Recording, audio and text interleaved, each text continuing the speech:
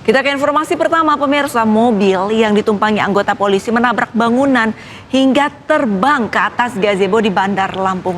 Akibatnya pemirsa, satu anggota polisi tewas sementara 3 lainnya pun kritis.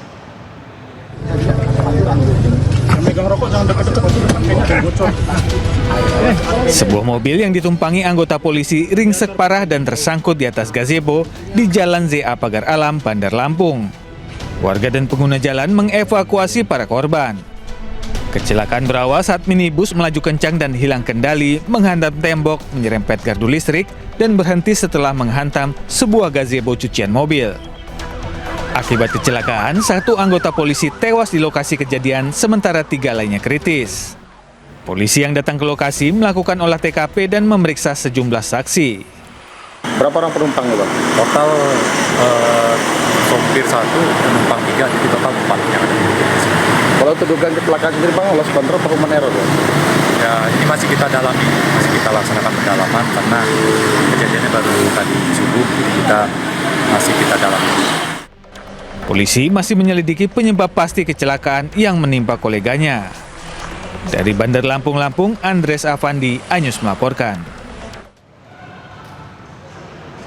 Ya pemirsa, sebuah truk trailer bermuatan baja kehilangan kendali dan menabrak 2 kendaraan di Tol Batang, Semarang, Jawa Tengah. Ya, 1 orang meninggal dunia di lokasi pemirsa, sementara 5 orang lainnya mengalami luka-luka.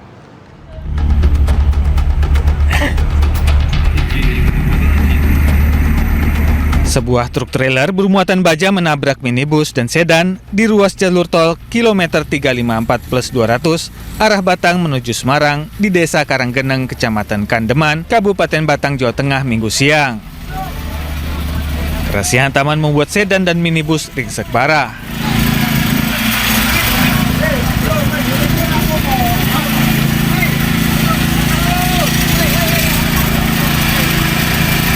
Proses evakuasi korban terjepit badan mobil berlangsung dramatis. Akibat kecelakaan, 1 orang tewas dan 5 lainnya terluka. Usai dievakuasi, korban dibawa ke rumah sakit terdekat. Kecelakaan diduga akibat truk trailer hilang kendali dan menabrak minibus dan sedan yang melaju di sebelah kanan truk. Ini akan memakan waktu. Ya, tadi alhamdulillah sudah bisa kita evakuasi seluruhnya. Nanti penyebab makanya akan kita dalami setelah ini. Untuk sopir sudah diamankan. Sopir sudah kita amankan. Sementara ini sudah dibawa oleh petugas ke Mako Satlantas Batang. Kalau pengakuan sopir sendiri, bisa loss control. Tadi informasinya setirnya tidak berfungsi. Polisi masih menyelidiki penyebab pasti kecelakaan dan memeriksa sopir truk serta kendaraannya. Kecelakaan sempat menyebabkan kemacetan panjang hingga 3 km. Dari Batang, Jawa Tengah, Suryono Soekarno, Anyus melaporkan. Seorang pria tewas mengenaskan setelah tertabrak KRL di perlintasan kereta Cawang Cakung, Jakarta Timur. Diduga korban yang menyeberangi rel tidak mengetahui adanya kereta yang melintas.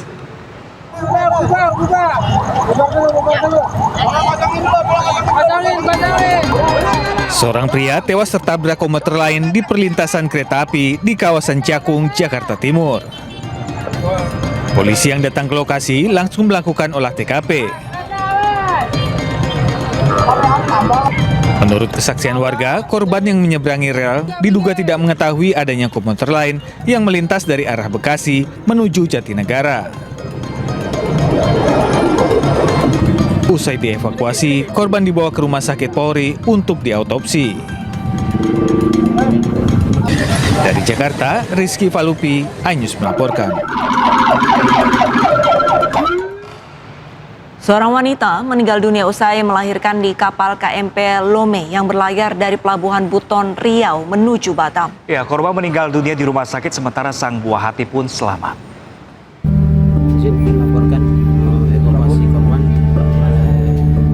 Peristiwa haru sekaligus memilukan terjadi di atas kapal KMP Lome saat seorang wanita berjuang melahirkan buah hatinya dalam perjalanan dari Pelabuhan Mengkapan Tanjung Buton, Riau menuju Pelabuhan Telaga Punggur, Batam. Asmidar, wanita berusia 38 tahun, diketahui mengalami kontraksi hebat saat kapal sedang berlayar di tengah cuaca buruk yang disertai angin kencang dan ombak besar di perairan Nongsa, Batam. Dengan peralatan seadanya, Asmindar melahirkan seorang bayi perempuan atas bantuan tim medis gabungan. Usai melahirkan, korban sempat akan dievakuasi menggunakan kapal speedboat, namun tingginya ombak membuat evakuasi tak bisa dilakukan. Sang ibu meninggal dunia di Rumah Sakit Sudarsono Darmo Suwito setelah melewati perjalanan laut hingga 3 jam, sementara sang anak selamat. Kami bersama instansi terkait dengan menggunakan speedboat menuju ke lokasi KMP Lome untuk segera mengevakuasi penumpang tersebut. Namun evakuasi tersebut tidak dapat dilaksanakan karena kondisi cuaca yang tidak memungkinkan. Sehingga kami bersepakat untuk meminta kapal melanjutkan perjalanan menuju ke Telaga Punggur, dan di Telaga Punggurlah akan dievakuasi untuk dibawa ke rumah sakit. Saat ini jenazah almarhumah telah diurus oleh pihak keluarga, sementara sang bayi masih dalam pengawasan medis. Diketahui perjalanan kapal dari Tanjung Buton ke Pelabuhan Telaga Punggur Batam mencapai waktu 18 hingga 20 jam. Dari Batam, Kepulauan Riau, Gusti Yenosa, Anyus melaporkan. Ya, pemirsa, viral di media sosial seorang pria diduga meninggal oleh keluarganya muncul saat pemandian jenazah. Sebelumnya, pihak keluarga mendapatkan informasi bahwa anaknya meninggal karena kecelakaan lalu lintas.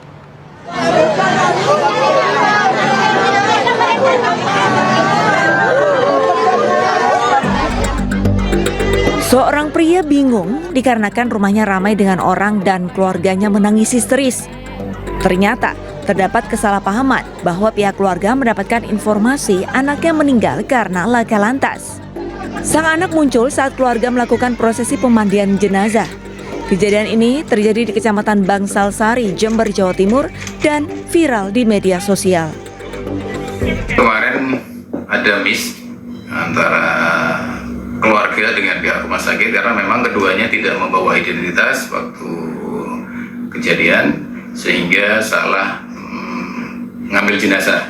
Ketika sudah dimandikan, sudah disucikan, ternyata putranya pulang dalam keadaan hidup, sehingga jenazahnya dikembalikan ke puskesmas.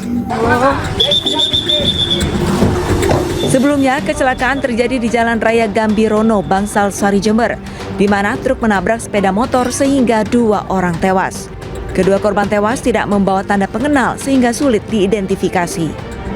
Dari Jember, Jawa Timur, Bambang Sugiarto, iNews melaporkan. Setelah diperpanjang selama 3 hari pencarian korban tenggelamnya kapal wisata KM Putri Sakinah di perairan Pulau Padar, Labuan Bajo, Kabupaten Manggarai Barat, Nusa Tenggara Timur membuahkan hasil. Ya, pemirsa, tim SAR gabungan menemukan jenazah Martin Carreras Fernando, pelatih sepak bola Valencia.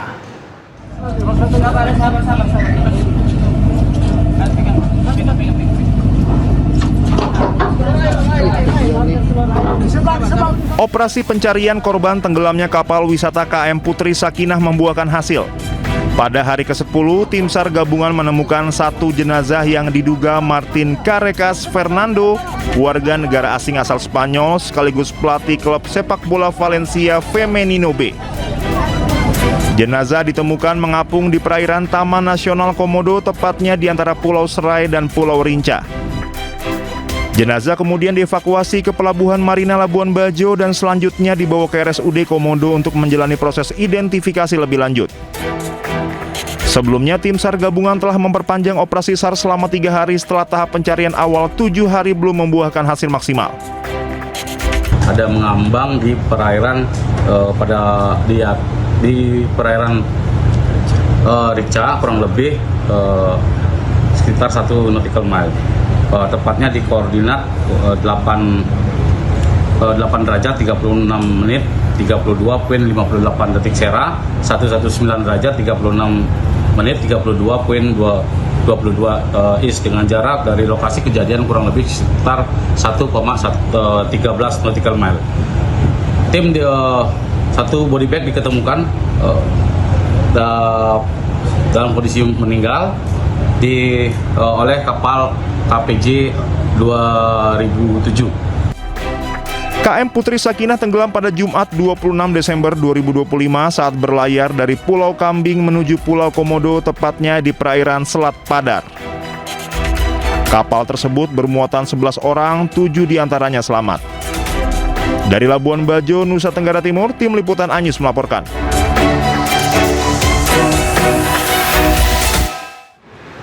Sementara itu pemirsa, pelaku pembunuh anak Dewan Pakar DPD PKS Kota Cilegon, Banten akhirnya ditangkap polisi. Sebelumnya, pelaku dipergoki warga saat akan membongkar brankas di sebuah rumah mewah milik mantan anggota DPRD Cilegon, Roy Sudin Sayuri.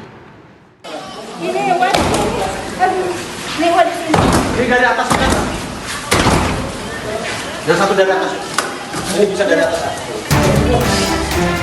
Inilah detik-detik penangkapan HA, terduga pembunuh anak Dewan Pakar DPD PKS Kota Cilegon, Banten, Maman Suherman.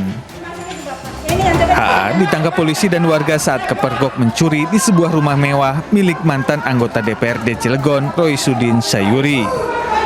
Proses penangkapan HA berlangsung dramatis karena terduga pelaku bersembunyi di bawah mobil yang terparkir di garasi rumah Rois.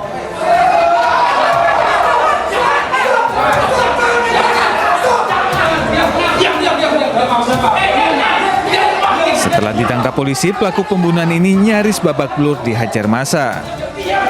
Sebelumnya, warga Palembang, Sumatera Selatan ini hendak membobol brankas di rumah yang terletak di lingkungan Pabuaran, Kelurahan Ciwedus, Kota Cilegon.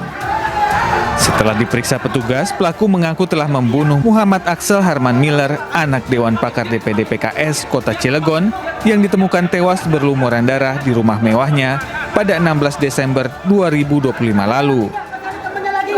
Spesialis curi rumah. Curat ya, pencurian dengan pemberatan rumah yang dianggap kosong. Dan sasarannya rumah-rumah yang bagus. Ada kemungkinan tersangka lain bertambah, Bang? Nggak ada ya. Aduh, God. Sudah, sementara itu ya. Siap, Berarti ada kemungkinan motifnya memang pencurian ya? Ya. Hingga saat ini, polisi masih melakukan pendalaman untuk mencari petunjuk lain yang berkaitan dengan kasus tersebut. Dari Serang, Banten, Mahesa Apriyadi, iNews melaporkan. Sebelumnya pemirsa, pembunuhan bocah SD, anak dari politisi PKS di rumahnya ini menggegerkan warga Cilegon, Banten pada pertengahan Desember kemarin. Sadis, korban tewas dengan 22 luka di tubuh.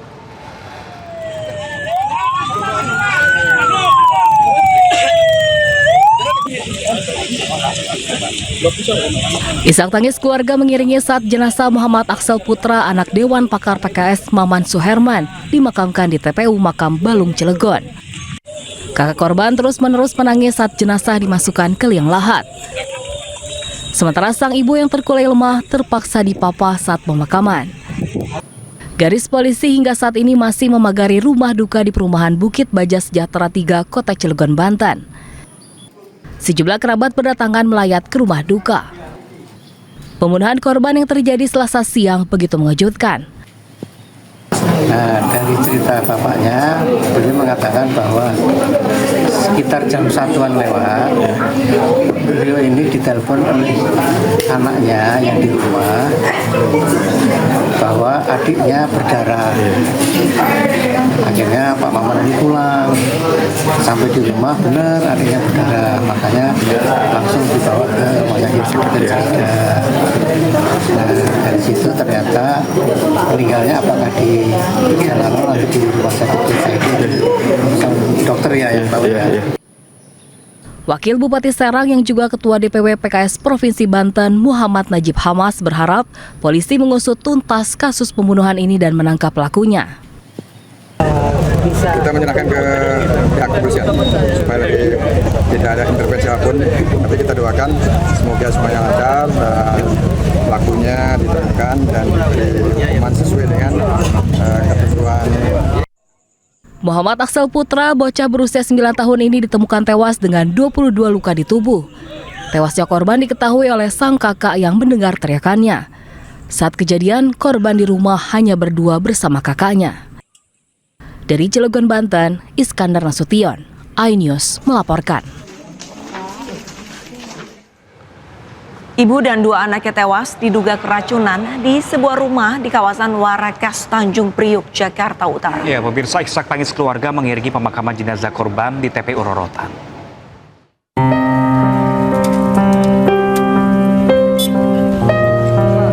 Isak tangis keluarga mewarnai pemakaman ibu dan kedua anaknya yang ditemukan tewas diduga keracunan di rumah kontrakannya di Jalan Warakas 9, Tanjung Priuk, Jakarta Utara. Permudahlah petunjuk tahu ya Allah.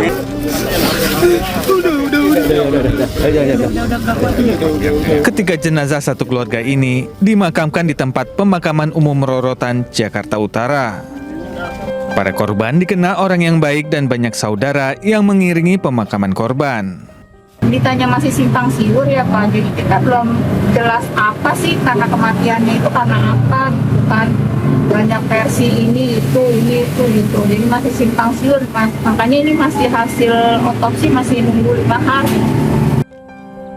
Hingga saat ini pihak kepolisian masih menyelidiki penyebab kematian para korban yang ditemukan dengan mulut berbusa dan kulit melepuh.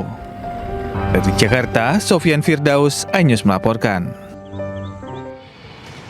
Pemirsa, warga Nagan Raya Aceh dihebohkan dengan munculnya gelembung gas di pinggir sungai pasca banjir bandang. Informasi selengkapnya kami hadirkan sesaat lagi pemirsa. Jangan kemana-mana, tetaplah bersama kami di iStudio akan segera kembali.